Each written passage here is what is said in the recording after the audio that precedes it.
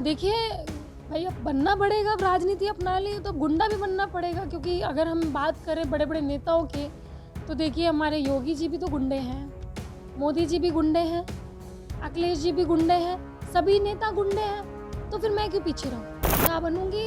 एक अच्छी गुंडा बनूंगी, ऐसा गुंडा बनूंगी जो जनता की मुद्दों पे अपना काम करे, जनता के मुद्दों को आगे उठाए। क्योंकि राजनीति है यहाँ पे ना, गुंडे लोगों को ज़्यादा पसंद किया जाता है। जैसे कि मुझे बोला, काफ़ी बुज़ुर्गों ने मुझे बोला कि बेटी तुम तो एक बेटी हो, हमारा कल को हमारा बेटा जेल चला गया या हमारे बेटे को थानेदार ने पकड़ लिया तो आपके निकलवा दोगी, आपके छुड़वा दोगी।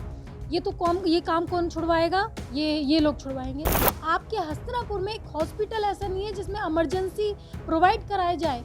तो आप बताइए, दरोगा से लड़के क्या मिलेगा, पुलिस वालों से लड़के क्या मिलेगा? आपको लड़ना ही है तो विधानसभा में लड़े। नमस्कार, यूपी तक में आपका स्वागत है। बात हस्तिनापुर विधानसभा की करते हैं।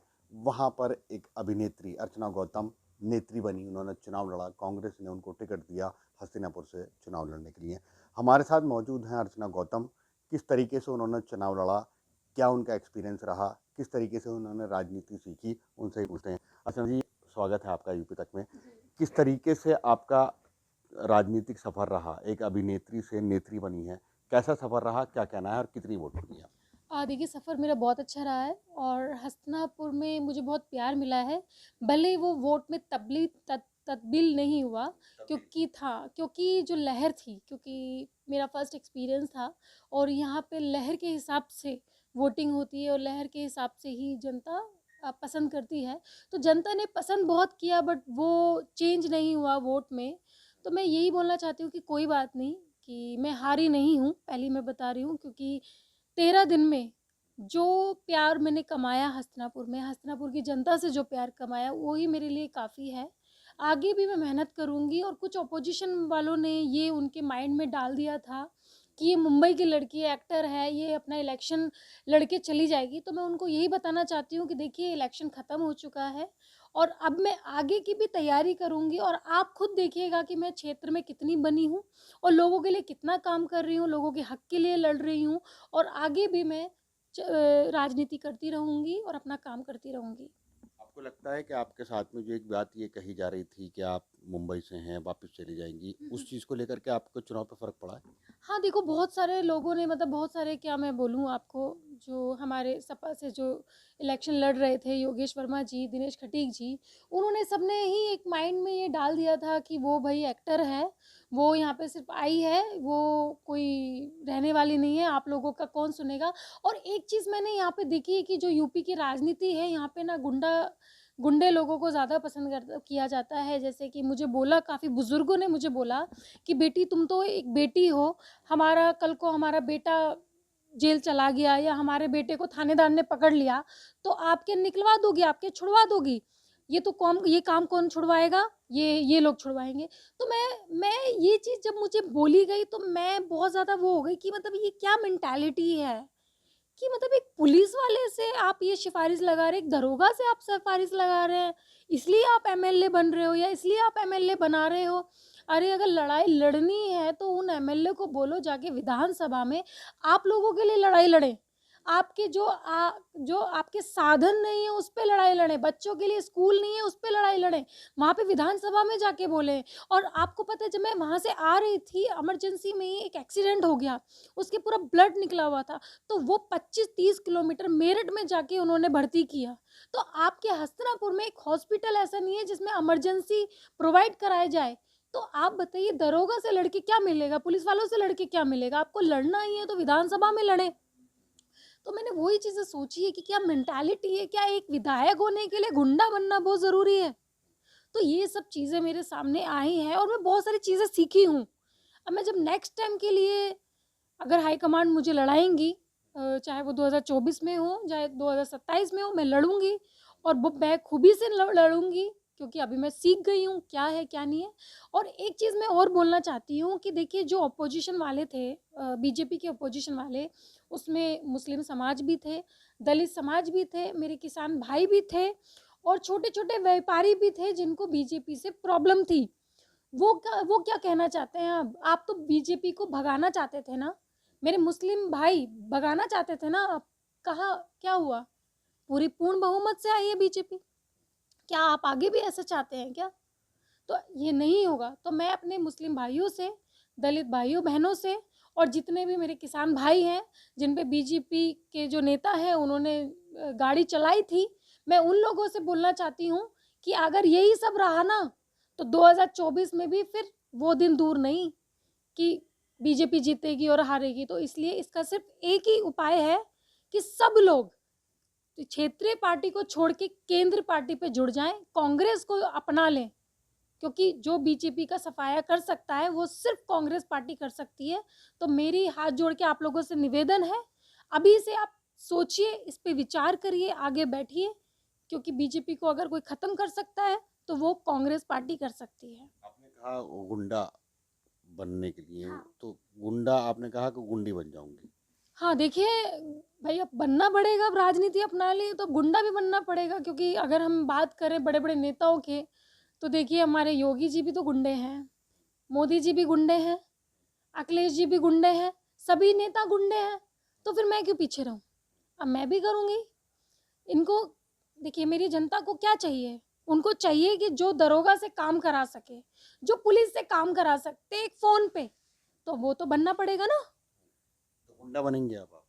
गुंडा बनूंगी, एक अच्छी गुंडा बनूंगी, ऐसा गुंडा बनूंगी जो जनता की मुद्दों पे अपना काम करे, जनता के मुद्दों को आगे उठाए, वो कितने वो गुंडा बनूंगी। कितने वोट मिले आपको? देखिए मुझे 1599 वोट मिले हैं। सही काफी मानती हैं इसे? देखिए काफ़ी तो नहीं मानती और ऐसा सच में उम्मीद नहीं थी, बट मैं यही मानना चाहती हूँ कि देखिए जिन्होंने भी 1500 वोट दी है उनका मैं धन्यवाद कहना चाहती हूँ।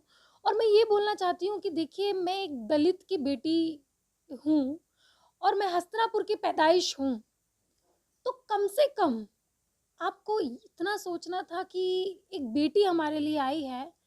आज आपने मुझे हराया नहीं, आज आपने उस बेटी को हराया है जो बेटी लड़ना चाह रही थी, जो बेटी हक की लड़ना चाहती है। और आप लोग, जो मैं अपोजिशन को बोल रही हूँ कि आप लोग सोच रहे हैं कि मैं 1500 वोट लेके घर बैठ जाऊंगी, तो आपकी ये गलत फहमी है। मैं नहीं बैठने वाली हूँ और मैं आगे लड़ने वाली हूँ।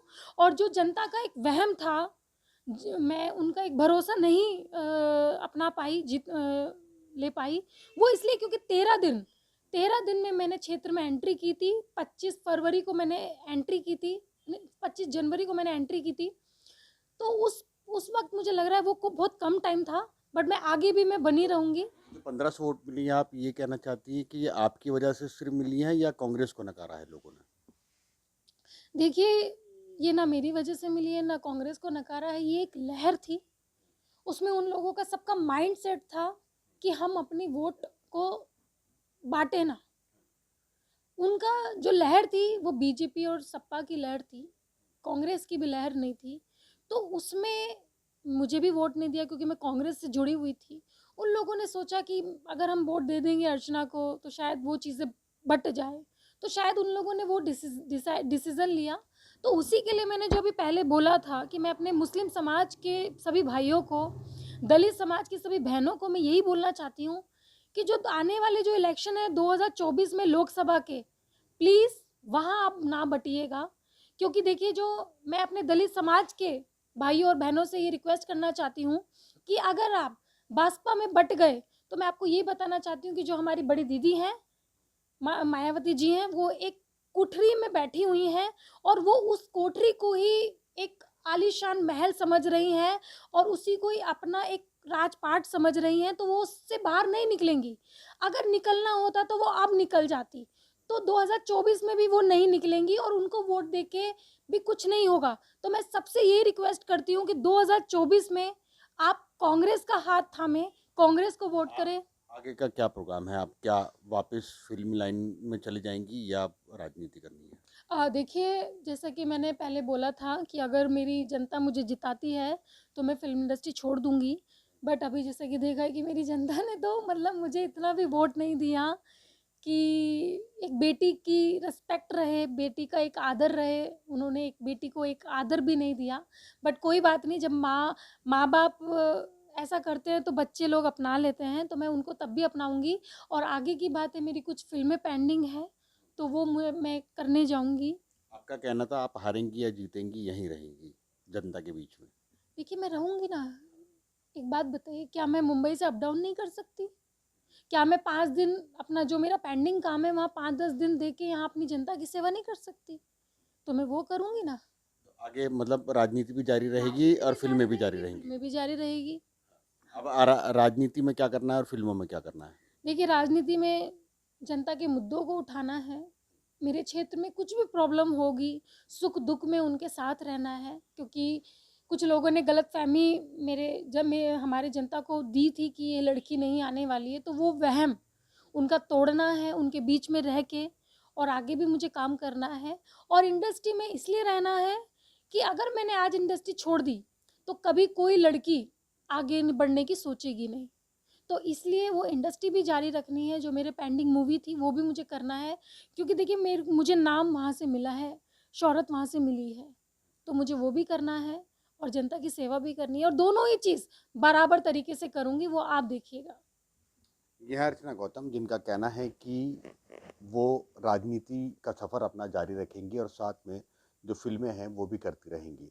अब राजनीति में वो कितना आगे चल के कामयाब हो सक पाएँगी, ये तो आने वाला वक़्त ही बताएगा।